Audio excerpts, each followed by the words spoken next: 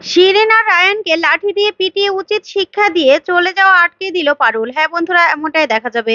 তাই সম্পূর্ণ জানতে ভিডিওটিতে লাইক দিয়ে চ্যানেলটি সাবস্ক্রাইব করে দেখতে থাকুন। গল্পের শুরুতে দেখা যাবে দাদুকে রায়ানের বাবা বলতে থাকে, বাবা এই বিপদ থেকে, শিরিনের হাত থেকে একমাত্র আমাদেরকে রক্ষা করতে পারে পারুলই। তখনই ঠাম্মি বলতে থাকে, হ্যাঁ আমরা বলি কি, তুমি না পারুল দিদিকে ফিরিয়ে আনার ব্যবস্থা করো। তখনই দাদু রেগে যায় আর বলতে থাকে, এখানে পারুলের কথা কোথা থেকে আসলো? হ্যাঁ, পারুল যখন ছিল না তখন কি আমাদের পরিস্থিতি আমরা সামাল দেইনি? এখন পারুলকে কেন আনতে হবে শিরিনকে তাড়াতে? আমাদেরই শিরিনকে তাড়ানোর একটা ব্যবস্থা করতে হবে। তখনই এই কথাগুলো বলেই সবাইকে শান্ত হতে বলে আর বলতে থাকে, আমি কিছু একটা ব্যবস্থা করেই ফেলবো, ওই মেয়ের জন্য আমি একাই যথেষ্ট। তখন এই কথা শুনে সবাই একটু স্বস্তি পায়। ওইদিকে দেখা যাবে শিরিন রায়ানকে বলতে থাকে, রায়ান দেখেছিস, আমার না ভালো লাগছে না কিছু।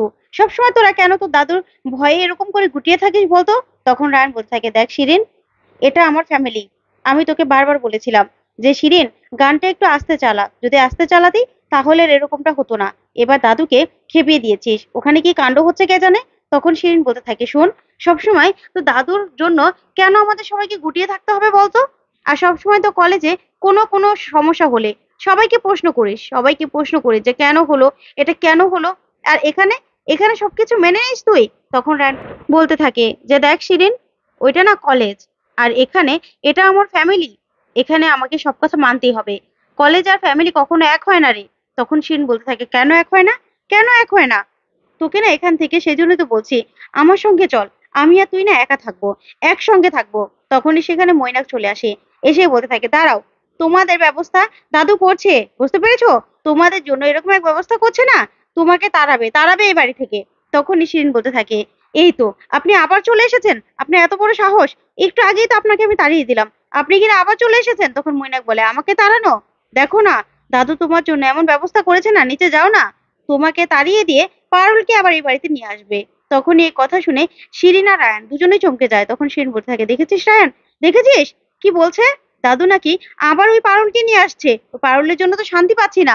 তখন রায়ান বলতে থাকে, না, এবার একটা ডিসিশন নিতেই হবে, দাদু এটা আমার সঙ্গে কিছুতেই করতে পারে না। তখনই শিরিন আর রায়ান নিচে নেমে আসে। ওইদিকে মৈনাক বলতে থাকে, যাও না, যাও, দেখো তোমাদের জন্য দাদু লাঠি নিয়ে দাঁড়িয়ে থাকবে।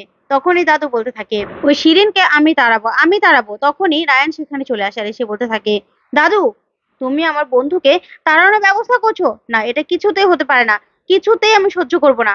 তখন এই দাদু রেগে যায় আর বলতে থাকে, তোমার এত বড় সাহস, তুমি আমার মুখের ওপর কথা বলছো?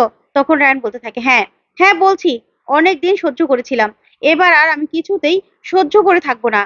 তোমার যখন যা ইচ্ছে হবে আমাদের উপর সেটাই করবে, আমি আর সহ্য করব না।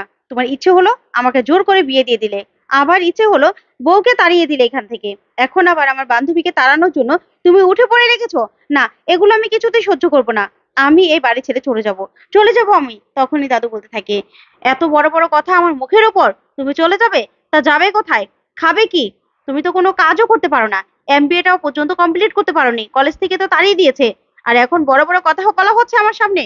তখনই শিরিন বলতে থাকে, ও কোথায় যাবে সেটা আপনাকে চিন্তা করতে হবে না, রায়ান আমার সঙ্গে থাকবে, আমি আর রায়ান একসঙ্গে থাকবো, আপনার টাকায় রায়ানের লাগবেও না। তখনই এই কথাতে দাদু রেগে যায় শিরিনের উপর, বলতে থাকে, তুমি আবারও কথা বলছো আমাদের কথার উপরে?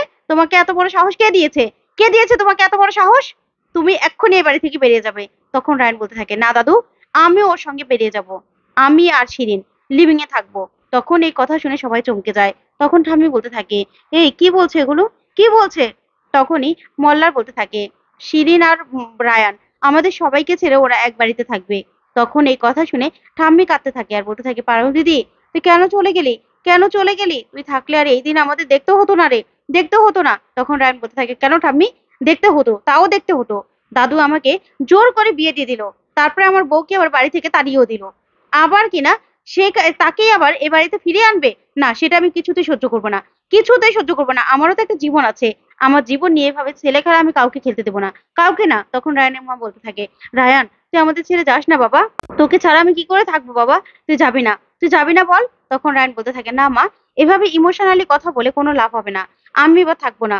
তোমরা যেহেতু আমার হয়ে কথা বলতে পারবে না, তোমরা ভয় পাবে, তাহলে তাহলে তোমাদের কথা আমি কেন শুনবো? তোমরা আমার কথা ভাবছো না, তাই আমিও কারো কথা ভাববো না, আমি চলে যাব, চলে যাব আমি। তখন দাদু বলতে থাকে, যাও না, যাও যাও, দেখি কোথায় যেতে পারো। তখনই রায়ান আর শিরিন উপরে চলে যায়। তখনই মৈনাক নেমে আসলে মল্লার বলতে থাকে, এই সব কিছু তোমার কি আদারা, তাই না? কি বলেছো পরে গিয়ে কি বলেছো? তখনই ময়না বলতে থাকে, কি আবার বলেছি? বলেছি যে শিরিনকে তাড়িয়ে দিয়ে পারুলকে নিয়ে আসবে। তখনই মল্লার বলতে থাকে, দেখেছো কত বড় ভুল করেছো? দাদু পারুলের কথা বলেনি, শিরিনকে তাড়ানোর কথা বলেছিল। তুমি একটা প্যাচ লাগিয়ে এখন দেখছো ওরা বাড়ি থেকে চলে যাচ্ছে। তখন ময়না বলতে থাকে, ভালোই হয়েছে, পারুলকে শিরিনকে তাড়ানোর কথা তো বলেছে, একটা তো ঠিক হয়েছে। ওইদিকে দেখা যাবে পারুল টাকার জন্য খুব চিন্তা করতে থাকে আর বলতে থাকে, না না, কিভাবে টাকাটা ম্যানেজ করব আমি? কোথায় যাবো? আমার বান্ধবীদের কাছে যাব? না না, ওদের সঙ্গে যদি আমার টাকার জন্য সম্পর্কটা নষ্ট হয়ে যায়, টাকার জন্য তো সম্পর্ক মানুষের নষ্ট হয়ে যায় না, কি করব আমি? তখনই ডিন স্যার চলে আসে আর এসে বলতে থাকে, পারুল কি করছো এরকম? কেমন এমন দেখা যাচ্ছে কেন? চিন্তা করছো তাই না? মনে হচ্ছে ফিসের টাকার জন্য। তখনই পারুল বলতে থাকে, হ্যাঁ স্যার, আসলে আমি জানতাম না তো যে কালকেই লাস্ট ডেট। আসলে ন্যাড়াগোয়ালে ছিলাম তো, তার জন্য। হঠাৎ করে কালকে লাস্ট ডেট শুনতে পেয়ে অবাক হয়ে গেছি, কারণ আমার কাছে তো টাকা নেই সেজন্য। তখন নীল স্যার বলতে থাকে, আচ্ছা ঠিক আছে, এই যে নাও টাকা।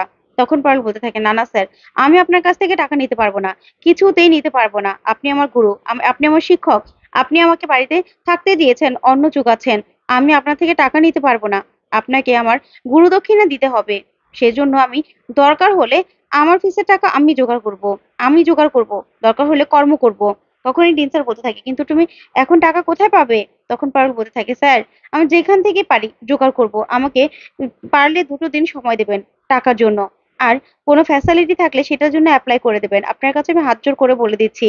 কিন্তু আমাকে টাকা নিতে বলবেন না স্যার, কারণ সেটাতে অনেক খারাপ হবে, অনেক খারাপও দেখা যাবে। কারণ আমি তো আর আপনার একা স্টুডেন্ট নই, অনেক আরো স্টুডেন্ট আছে, তাহলে তাদেরও তো আপনার ফিসটা মকুব করতে হয়, সেটা তো আমি করতে বলতে পারি না। তখনই ডিন স্যার খুব খুশি হয় আর বলতে থাকে, তোমার এই আত্মসম্মান বোধ দেখে আমার খুব খুশি হচ্ছি আমি, বিশ্বাস করো। আচ্ছা 2 দিন সময় দিলাম তোমাকে আমি, ঠিক আছে? তারপরে পারুল খুব খুশি হয়ে যায়, বলতে থাকে, স্যার আপনাকে অনেক ধন্যবাদ। ওইদিকে দেখা যাবে রায়ান ব্যাগ গোছাতে থাকে। তখনই শিরিন এসে বলতে থাকে, রায়ান, তুই আর আমি আমাদের বাড়িতে থাকবো শুনে আমার বাবা মা কত খুশি হয়ে গেছে জানিস? এটাই হলো তোর ফ্যামিলি আর আমার ফ্যামিলির মধ্যে তফাৎ। তখনই রায়ান বলতে থাকে, শিরিন, আমি তোদের এই ফ্ল্যাটে থাকবো না, এটা তো সবাই জানে। তখন শিরিন বলতে থাকে, ঠিক আছে, আমার নামে না একটা ফ্ল্যাট আছে, সেখানে তুই আর আমি থাকবো, ঠিক আছে? তারপরেই রায়ান বলতে থাকে, ঠিক আছে। তখন শিরিন বলতে থাকে, ঠিক আছে, আমি রেডি হয়ে আসছি। তখনই রায়ানের মা চলে আসে, এসে বলতে থাকে, রায়ান তুই যাস না বাবা, যাস না। তখন রায়ান বলতে থাকে, না মা, আমি যাবই, আমি যাবই, আমাকে তুমি আটকাতে পারবে না। আমার জন্য কখনো তোমরা কিচ্ছু বলতে পারোনি, আমাকে প্রোটেক্ট করতে পারোনি, তাহলে কেন শুনবো আমি, কেন শুনবো? তখনই মল্লা চলে আসে, এসে বলতে থাকে, না ভাই, তুই যাস না, তুই যাস না, দেখ তুই কেন শিরিনের সঙ্গে থাকবি? তখন রায়ান বলতে থাকে, হ্যাঁ, আমি যার সঙ্গে খুশি তার সঙ্গে থাকবো, এটা নিয়ে আর কারো কোনো কথা আমি শুনতে চাই না। তখনই মল্লার মনে মনে বলতে থাকে, এদেরকে আটকাতে একমাত্র পারুল পারে, হ্যাঁ, পারুলই পারে। তখনই পারুলকে মল্লার ফোন করতে থাকে। তখনই পারুল মল্লারের মুখে সবটা শুনে চমকে যায় আর বলতে থাকে, জানতাম, জানতাম ওই শিরিনকে এমন একটা কিছু করবে, যেহেতু এই বাড়িতে এসেছে, একটা না একটা ঝামেলা বাঁচাবেই, দাঁড়াও আমি দেখছি কি করা যায়। তখনই রায়ানকে পারুল ফোন করে। তখন রায়ান বলতে থাকে, দেখেছিস সেই জন্তুটার জন্য না আমি বেরোতে পারবো না। তখনই রায়ান ফোনটা ধরলেই পারুল বলতে থাকে, এই কি পিন্ডে, তুই নাকি বাড়ি ছেড়ে চলে যাচ্ছিস ওই শিরিঙ্গের সঙ্গে? তোরকে না ওর ফাঁদে পা দিচ্ছিস তুই, তুই ফাঁদে পা দিস না রায়ান, তুই বেরোবি না, দেখ তোর বাড়ির কাছের মানুষগুলোকে ছেড়ে তুই কোথাও যাবি না। তখনই রায়ান বলতে থাকে, আমি কি করবো না করবো তোর কাছে জিজ্ঞাসা করবো? তোর কাছে আমি জিজ্ঞাসা করবো না, আমাকে জ্ঞান দিবি না, বুঝতে পেরেছিস? আমাকে জ্ঞান দিবি না। তখনই পারুল বলতে থাকে, দেখ তোকে কিন্তু আমি ভালো করে বলছি। কিন্তু রায়ান পারুলের কথা কোনো শুনে না। ওইদিকে দাদুকে সবাই বুঝাতে থাকে, কিন্তু দাদু কারো কথা শুনে না আর বলতে থাকে, জানি, আগের বার তো 2 দিনে ফিরে এসেছিল। তখনই কৌশালী বলতে থাকে, বাবা সেটা না পারুল নিয়ে এসেছিল, আপনি মনে হয় ভুলে গেছেন। আপনি নিজের জেদটা বজায় রাখতে গিয়ে আস্তে আস্তে সবাইকে হারাচ্ছেন। তখনই দাদু বলতে থাকে, আমি জানি ও চলে আসবে। তখন রায়ান বলতে থাকে, না, আমি কখনো ফিরবো না দাদু, কখনো না। এই বলে শিরিনের হাত ধরলে দাদু বলতে থাকে, এত বড় সাহস, আমার সম্পত্তি তুমি কিচ্ছু পাবে না। তখন রায়ান বলতে থাকে, চাই না তোমার সম্পত্তি, চাই না আমি। তখন এই বলে বেরিয়ে যেতে থাকে।